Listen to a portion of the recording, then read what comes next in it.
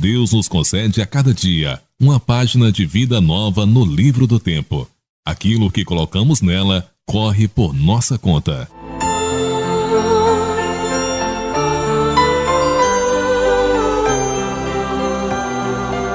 Neste horário, passamos a apresentar A Caminho da Luz. Programa redigido e apresentado pela AMGV, Aliança Municipal Espírita de Governador Valadares. Sonhos não morrem, apenas adormecem na alma da gente.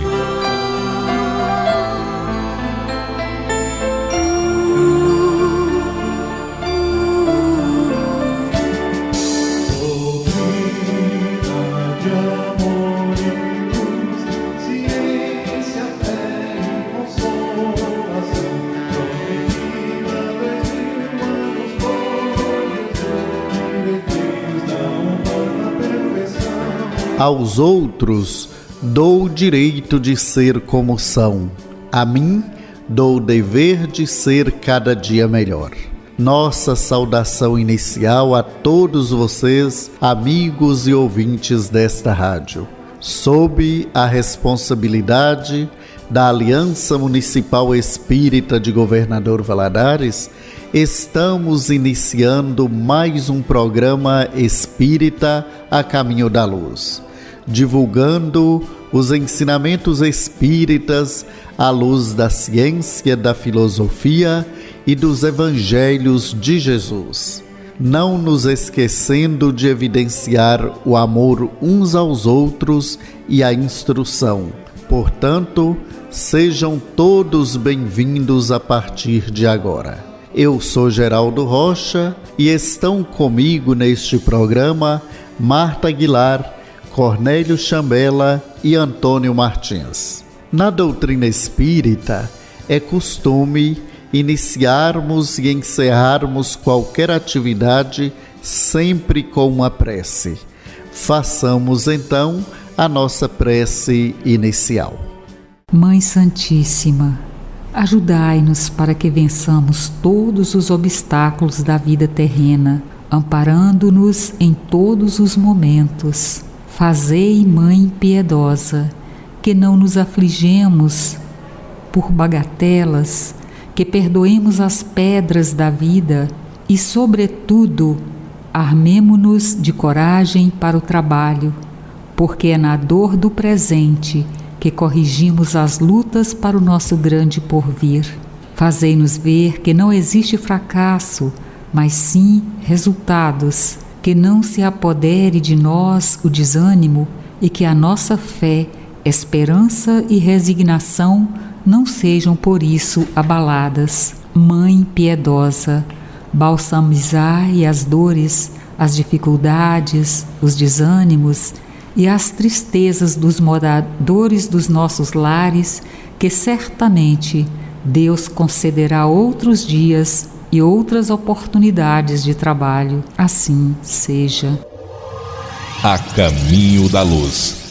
O trabalho é lei da natureza, é lei universal. Tudo trabalha em nós e fora de nós para o progresso e elevação do espírito. Acompanhem conosco agora. Sala de aula, expiação e arrependimento. Variedades espíritas, não existe data limite. É bom saber, hoje, em 2 momentos. Primeiro momento, o núcleo familiar. Segundo momento, humanices. A mensagem do dia: Deus disse não. Conduta espírita perante a arte. Fiquem conosco. A Caminho da Luz, o seu programa espírita no rádio. Sala de aula, estudando a doutrina espírita. Queridos ouvintes do programa A Caminho da Luz, no programa de hoje damos sequência ao estudo do capítulo 2 da 4ª parte de O Livro dos Espíritos, sobre as penas e gozos futuros, com o tema Expiação e Arrependimento. O arrependimento se dá no estado corporal ou no estado espiritual? No estado espiritual, mas também pode ocorrer no estado corporal, quando bem compreendeis a diferença entre o bem e o mal. No texto O Despertar da Consciência, publicado no seu site, Richard Simonetti escreve: podemos definir o arrependimento como a consciência de que fizemos algo errado, de que prejudicamos alguém ou a nós mesmos. Implica em dor moral tão profunda quanto a natureza de nossas faltas e o grau de nossa maturidade. Quanto mais evoluído, mais sofre o espírito ao avaliar a extensão dos prejuízos que causou a si mesmo ou ao semelhante. Pode ocorrer na Terra pelo exercício da razão. Exemplo típico: o indivíduo que parte para a violência em face de determinada contrariedade. Mais frequentemente, o arrependimento eclode no plano espiritual, quando o espírito defronta-se com os sofrimentos e desajustes decorrentes de suas iniciativas desatinadas. No livro Nosso Lar, psicografia de Francisco Cândido Xavier, o espírito André Luiz, após reportar-se a dolorosas surpresas em face de seu comprometimento com as inconsequências nas lides humanas, faz dramático apelo: ó amigos da terra, quantos de vós podereis evitar o caminho da amargura com o preparo dos campos interiores do coração? Acendei vossas luzes antes de atravessar a grande sombra. Buscai a verdade antes que a verdade vos surpreenda. Suai agora, para não chorardes depois. O arrependimento não redime. É apenas o primeiro passo na árdua jornada da reabilitação, em favor da qual não bastam penitências, ritos ou rezas. É de fundamental importância que o mal seja reparado. Por isso, para os espíritos mais amadurecidos, o arrependimento é sempre marcado por profundas transformações, a caminho de grandiosas realizações. Forçoso reconhecer, entretanto, que o arrependimento sincero de quem se conscientiza dos próprios enganos e se dispõe a uma guinada existencial, modificando seus rumos, não é fácil. O homem comum distrai-se de suas responsabilidades, sempre pronto a justificar seus desvios com intermináveis sofismas. Roubei sim, e até matei, porque tinha fome, alega o criminoso, esquecido das bênçãos do trabalho. Enriqueci sim, mas com meu esforço, com trabalho digno, sem prejudicar ninguém. Proclama um industrial que explorou seus empregados e usou de especulações nos domínios de seus negócios. Bebo sim, mas para enfrentar os problemas da existência, explica o alcoólatra, sem atinar para o fato de que se transformou ele próprio num grande problema. Traí meu marido. Sim, envolvi-me em aventuras extraconjugais porque ele não me dava atenção, afirma a mulher displicente a justificar sua irresponsabilidade. Pessoas assim transitam pela vida de consciência anestesiada pela indiferença em relação aos valores morais, para somente despertarem no plano espiritual quando se habilitam a longas e penosas jornadas de retificação. Mostrando-nos por antecipação as realidades espirituais, a doutrina espírita representa o mais vigoroso apelo da espiritualidade em favor da criatura humana, demonstrando ser imperioso que cogitemos dos valores mais nobres da existência, nos domínios da verdade e do bem. No entanto, a mesma displicência moral que faz o delinquente, o explorador, o viciado, o adúltero, induz o espírita a justificar suas omissões. O Espiritismo ensina que é preciso praticar a caridade, ajudar o próximo, participar de serviços assistenciais, mas não tem o tempo. Há a família, a profissão, os compromissos financeiros. O Espiritismo adverte que devo conter meus impulsos inferiores, mas não consigo, sou um fraco. O Espiritismo orienta que devo harmonizar-me com os familiares. Impossível, são difíceis.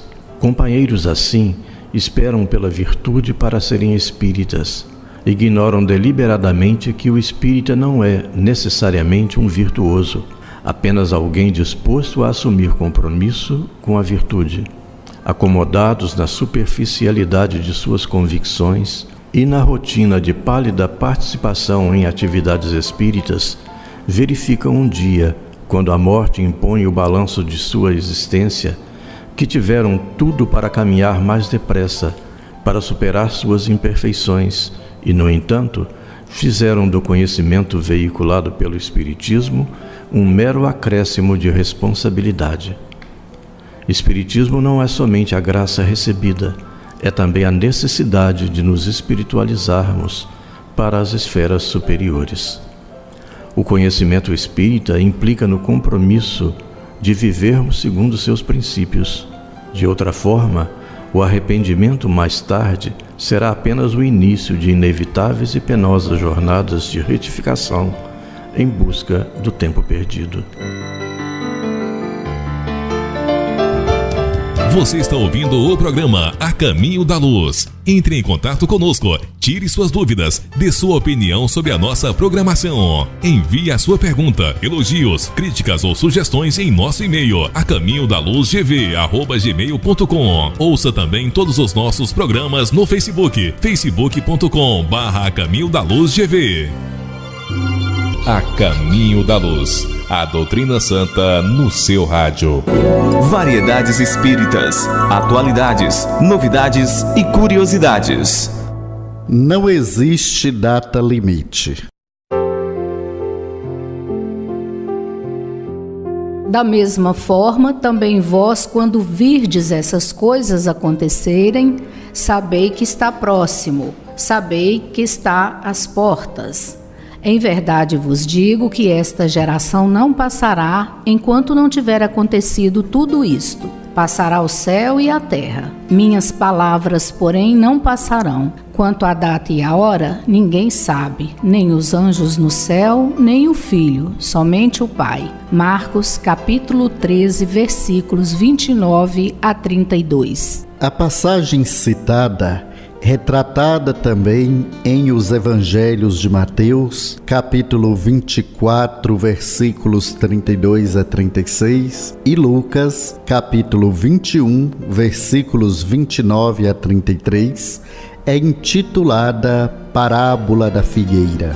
O figo, naquele tempo, ao lado do trigo, da cevada, do centeio, da azeitona, da amêndoa, do bálsamo e da mirra, era um dos produtos mais importantes. A parábola de singular sabedoria retrata que quando a figueira se enche de ramos e folhas, este período coincide com a chegada do verão, ou seja, uma nova estação, o fim de um ciclo e o início de outro. Jesus faz analogia para explicar a mudança dos ciclos da humanidade, quando podemos entender que maduro o homem, sinal da mudança dos tempos, da chegada de um novo ciclo. A figueira representa o homem, o figo o amor que pode brotar de nossos corações. A chegada do verão, a entrada de uma nova estação, representa a regeneração da humanidade. Identificamos nas palavras do doce Rabi da Galileia o sentido figurado de seu ensinamento, pois uma estação não muda de um dia para o outro, conforme um se vai, outra vem a substituir. Assim se dá com o homem, com o planeta, pois os ciclos de mudança não possuem data e hora determinados para que aconteçam.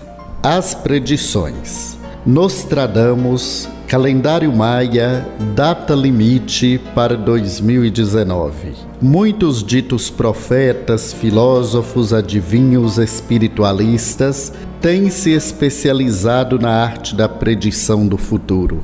Desde a leitura da sorte individual até a previsão de eventos coletivos de grandes escalas, muitos se revezam na divulgação de suas previsões, muitas vezes bombásticas.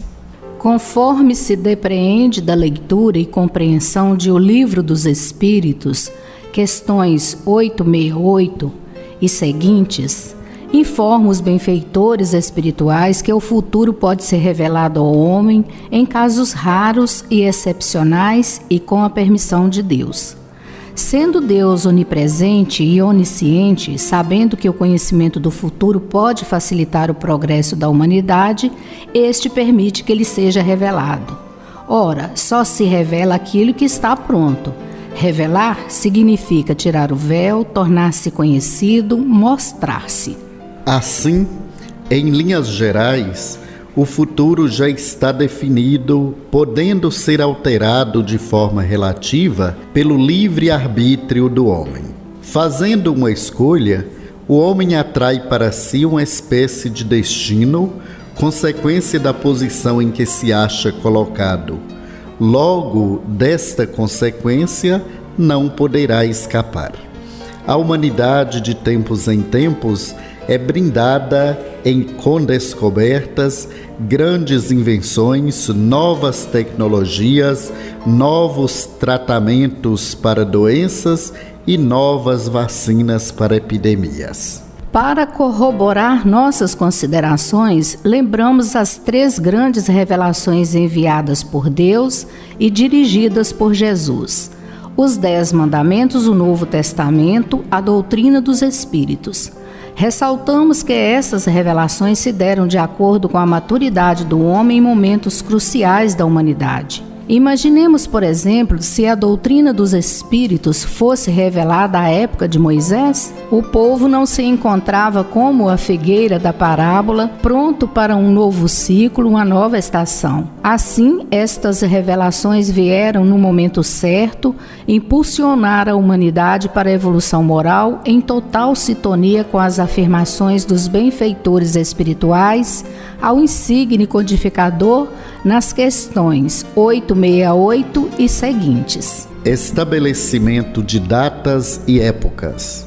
Allan Kardec, na obra A Gênese, capítulo 16, Teoria da Presciência, informa que para Deus e os espíritos puros, o que é futuro para o homem é presente para eles, pois que vê todos estes fenômenos simultaneamente.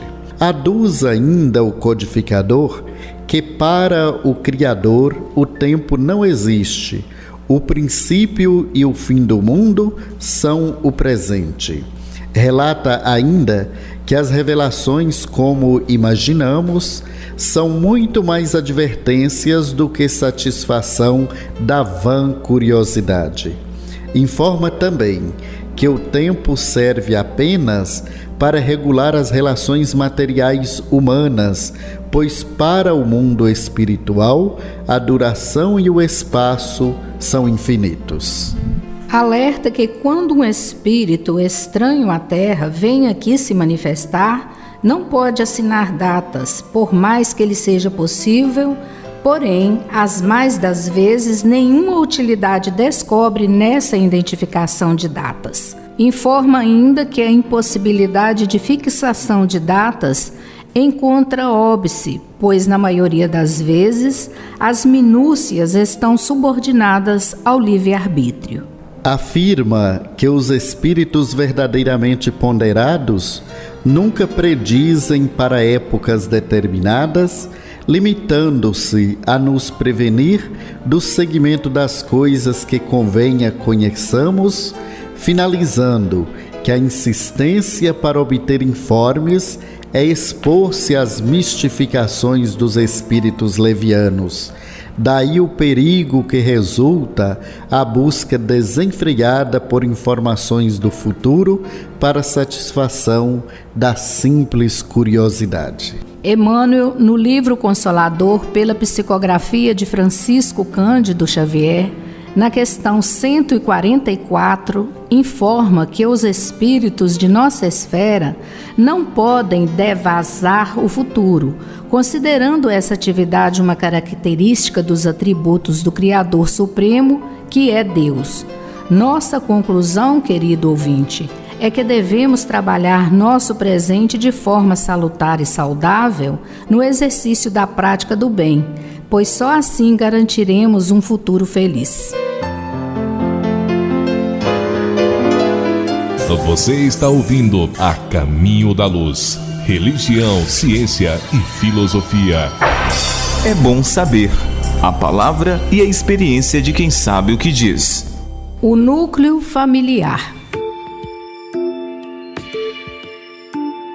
A vivência familiar é fundamental para a formação psicológica e espiritual do indivíduo, pois na condição de seres gregários, sociáveis, necessitamos de uma estrutura básica que nos auxilie na estruturação da personalidade, preparando para uma vivência mais ampla na sociedade. No entanto, ao observar os panoramas da atualidade, nos quais ainda se apresenta a violência em grande escala, os desvios éticos morais, os alarmantes índices da depressão e das psicopatologias em geral, dentre outros fatores, constatamos que a família não está cumprindo a função que lhe está destinada, pois quando o egoísmo predomina no organismo social, é sinal que os laços de família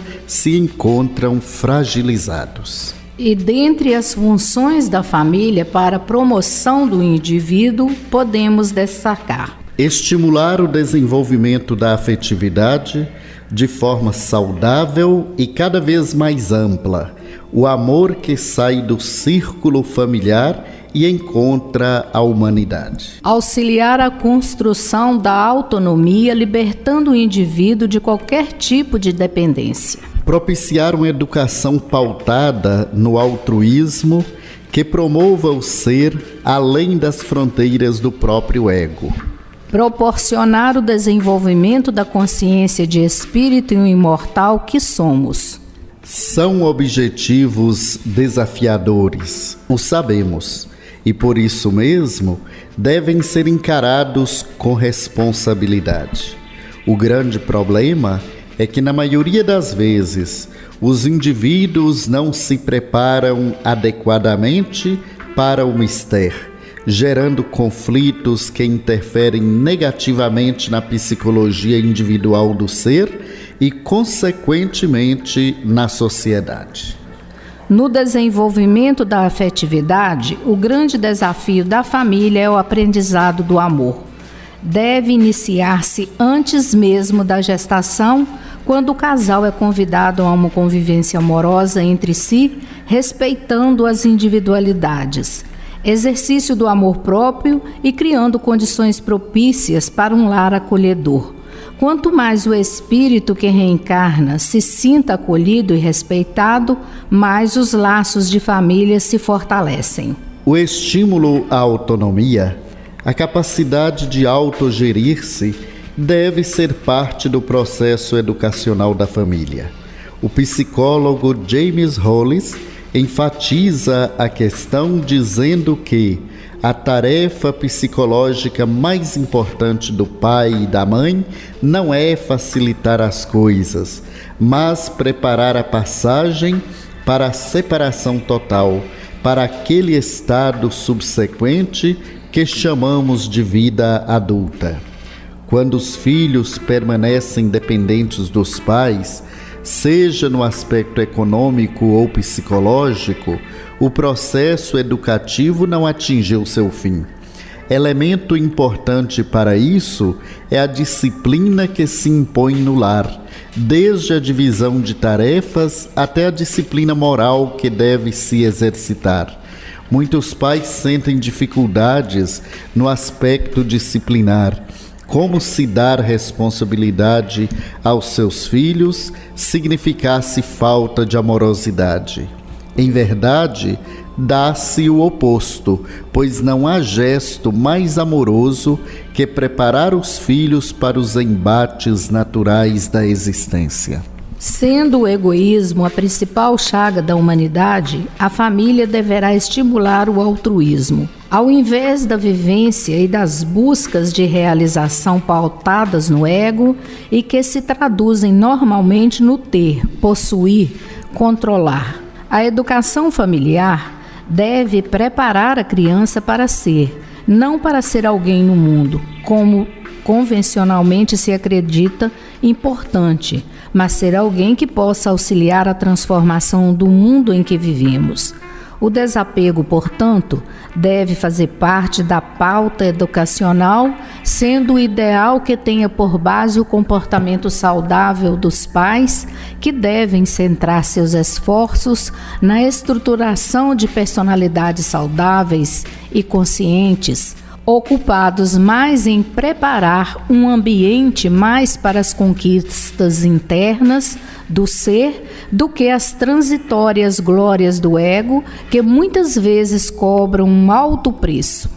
E talvez todas essas questões devam convergir para a tarefa mais sublime: auxiliar o ser no seu desenvolvimento espiritual. Não se trata do desenvolvimento dogmático da religião simplesmente, mas da construção de um ambiente propício à religiosidade, onde o ser aprimora-se no vínculo consigo mesmo, com seu próximo e com Deus. O exemplo dos pais passa a ser a estrada segura para os filhos trilharem, e a relação com Deus, a religiosidade interna dos participantes da família, possibilitará que ela cumpra os nobres ideais que lhe são destinados.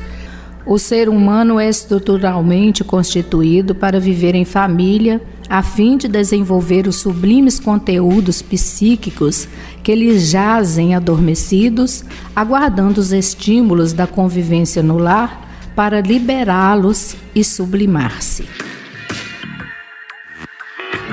Você está ouvindo A Caminho da Luz. Religião, ciência e filosofia. É bom saber a palavra e a experiência de quem sabe o que diz. Humanices. Marcos Vinícius de Azevedo Braga conta que Pedro mudara de casa espírita novamente. Chegara agora com sua família ao Centro Espírita Hilário Silva, casa de vários trabalhos e palpitantes palestras. Ao chegar, como trabalhador que era, Pedro logo se engaja nas atividades doutrinárias, contribuindo com afinco na seara espírita. Passados 1, 2, 3 meses, as relações de Pedro com o pessoal da casa começam a azedar. Começa o disse-me-disse, os ciúminhos, as invejinhas, as intrigas e fofocas. De burocratismos a mal entendidos, o trabalho começa a ficar pesaroso, desgastante para Pedro, que pensa em desistir. Ir à casa espírita torna-se um fardo. À noite, em suas preces, ele pede fervorosamente orientação e, quando dorme, tem um sonho daqueles nos quais nos comunicamos com o plano espiritual. Nele, um espírito com semblante sereno e experiente lhe diz: Filho, tenha paciência. A casa espírita é uma organização humana e, como tal, é cheia de humanices. Pedro acorda sobressaltado, mas capta o recado. Muda sua forma de ver as coisas e as pessoas e foca no trabalho. Relevando daqui, compreendendo de lá, adentra com mais força no trabalho na seara do Senhor. Assim como o protagonista da breve história que abre essa narração, todos nós cometemos o equívoco de atribuir à casa espírita, por ser um templo religioso, uma aura de local santificado para além das fraquezas humanas. Buscamos lá encontrar santos purificados e nos encher de expectativas sobre as pessoas e suas relações, mas a realidade vem implacável e nos decepcionamos. Como disse o Espírito no sonho de Pedro, a casa espírita é uma organização humana, um instrumento para nosso processo evolutivo, mas humano. Humano como é o hospital, a escola, o clube. cada qual com a sua finalidade no nosso contexto social. Sendo a organização humana que trabalha a nossa espiritualidade, ainda que esperemos que cada um mostre o seu melhor, cada um apresenta o possível naquele momento e terminamos às vezes por nos decepcionar, dada a grande expectativa em confronto às humanices que encontramos, em especial a inveja, o ciúme, a ganância e a maledicência. Já conhecemos essa abordagem de ver no templo religioso santos fora do mundo real, os túmulos caiados ao qual se referia Jesus. Sabemos que não dá certo, temos que enxergar na casa espírita o irmão nosso de cada dia, que ali tenta se melhorar nos papéis que surgem, como evangelizador, como palestrante, como trabalhador, dirigente ou mesmo um atento frequentador. Mais do que um local de santos, a casa espírita é um local de trabalho e estudo, ferramentas que nos farão melhores na mágica do cotidiano. Fugir do local pela decepção é esquecer que em outras casas encontraremos as mesmas humanices. Humanices essas que também trazemos em alguma medida e que somente serão trabalhadas no convívio com o outro, aprendendo a amar. A Caminho da Luz.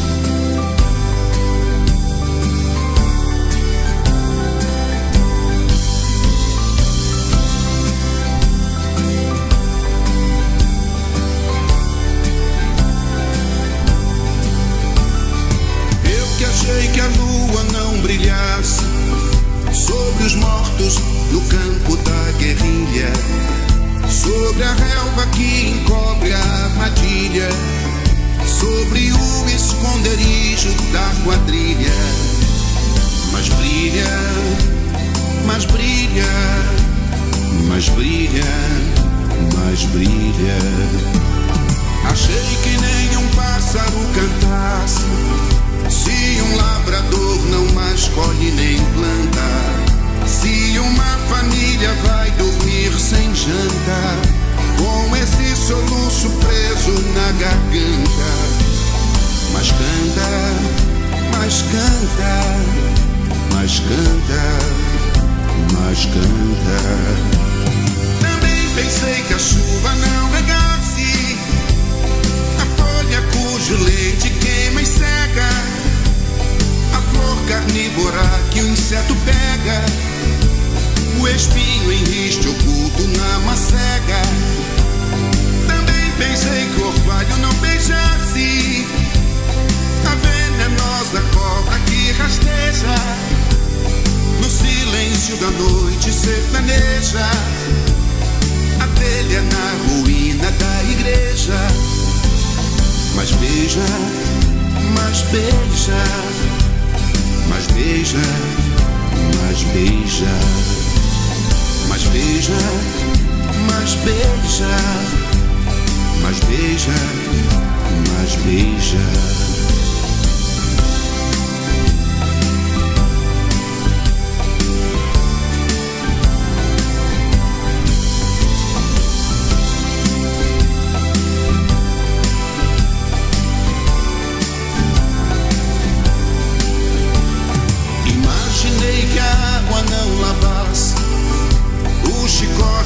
Que em sangue se deprava, quando de forma monstruosa e brava abre trilhas de dor na pele escrava.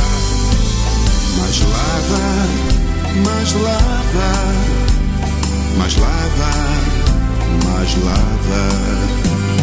Apostei que nenhuma borboleta, por ser um vivo exemplo de esperança, dançaria contente, leve e mansa no túmulo em flor de uma criança.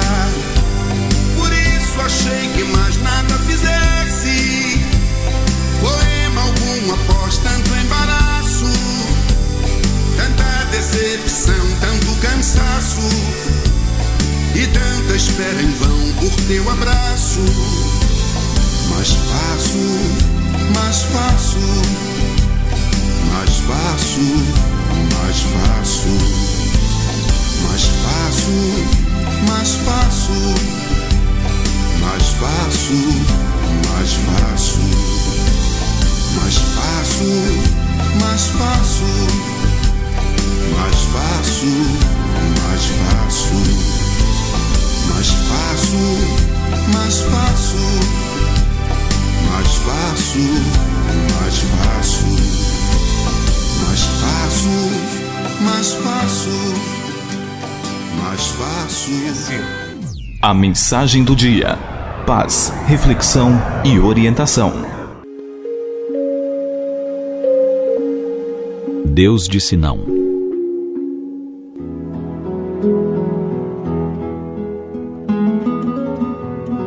Nas horas difíceis, quando lembramos de rogar a Deus por seu socorro, nem sempre sabemos interpretar a sua resposta.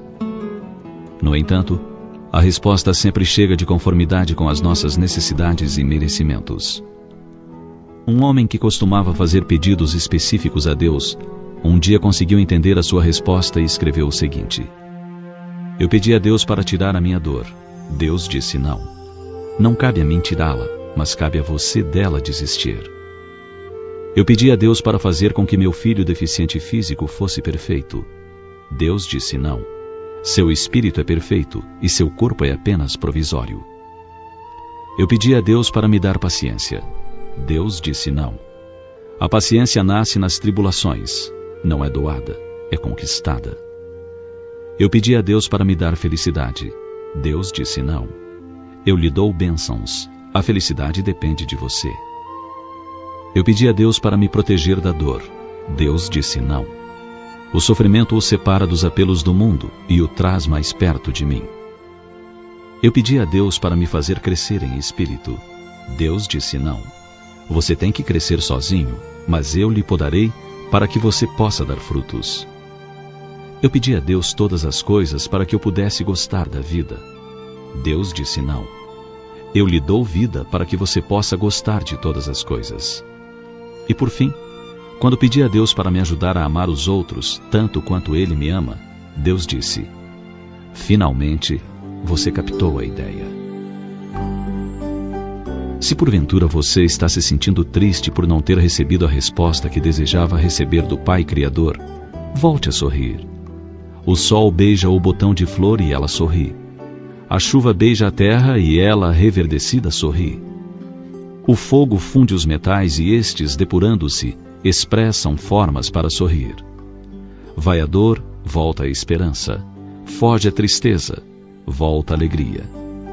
Certa vez, um discípulo rogou emocionado a seu mestre: Senhor, quando identificarei a plenitude da paz e da felicidade, vivendo neste mundo atribulado de enfermidades e violências? O mestre compassivo respondeu: quando puderes ver com a suavidade do meu olhar as mais graves ocorrências, sem julgamento precipitado. Quando lograres ouvir com a paciência da minha compreensão generosa.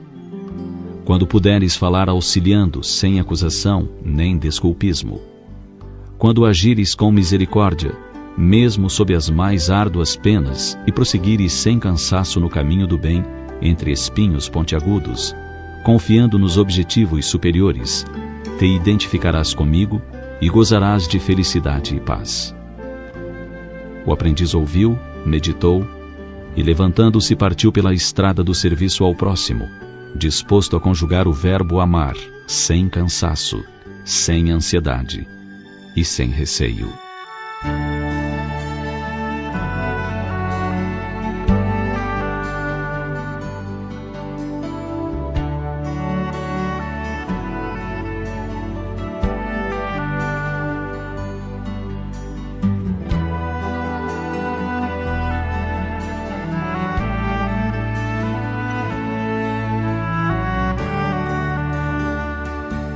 Se porventura você está triste por não ter recebido a resposta que desejava do Pai Criador, volte, portanto, a amar e a sorrir.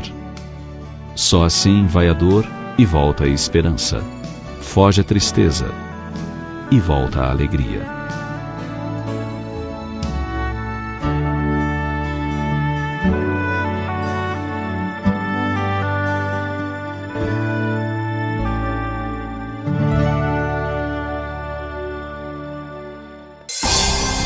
Conduta espírita, ética, moral e comportamento.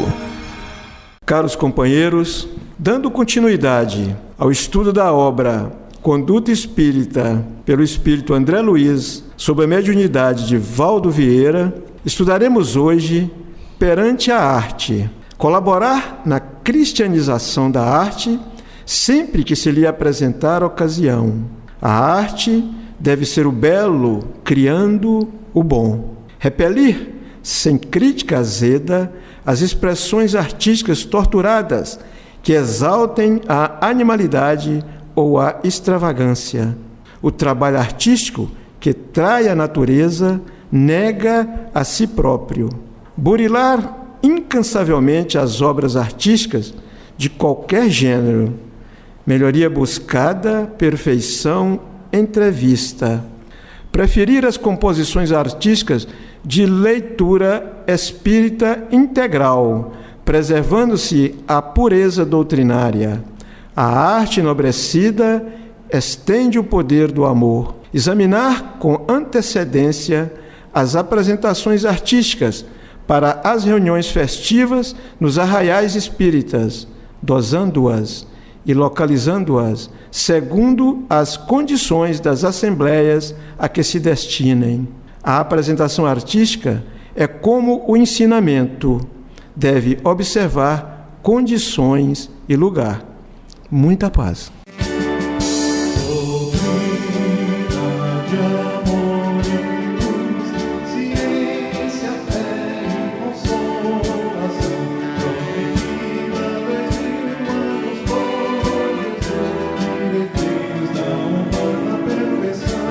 Na vida, não é preciso se vingar de ninguém. O que é ruim se destrói sozinho. Amigos e ouvintes, chegamos ao fim de mais um programa A Caminho da Luz. A Aliança Municipal Espírita de Governador Valadares agradece a todos vocês que nos acompanharam. Qualquer assunto apresentado neste programa poderá ser detalhadamente explicado em uma de nossas casas espíritas. Portanto, não fique em dúvida. Obrigado, Deus, por mais esta oportunidade de estarmos juntos e nos permita retornarmos no próximo domingo nesta emissora, neste mesmo horário. Façamos a nossa prece final. Fiquem com Deus.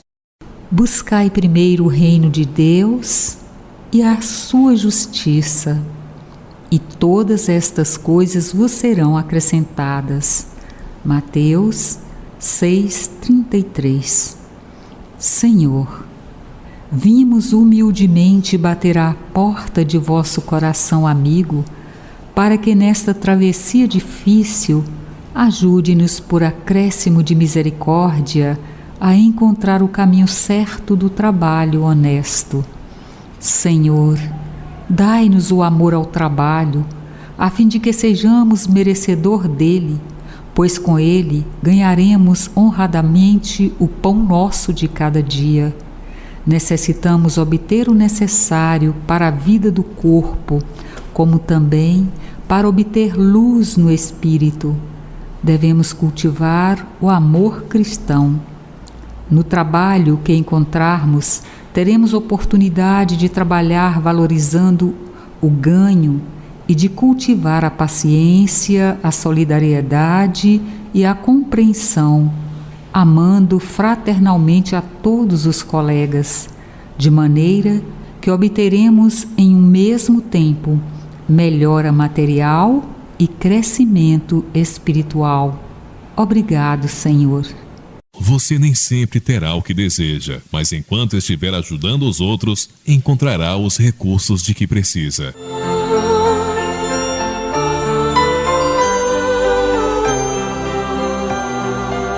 Você acompanhou conosco A Caminho da Luz. Este programa estará de volta no próximo domingo, neste mesmo horário. Não há problema que não possa ser solucionado pela paciência.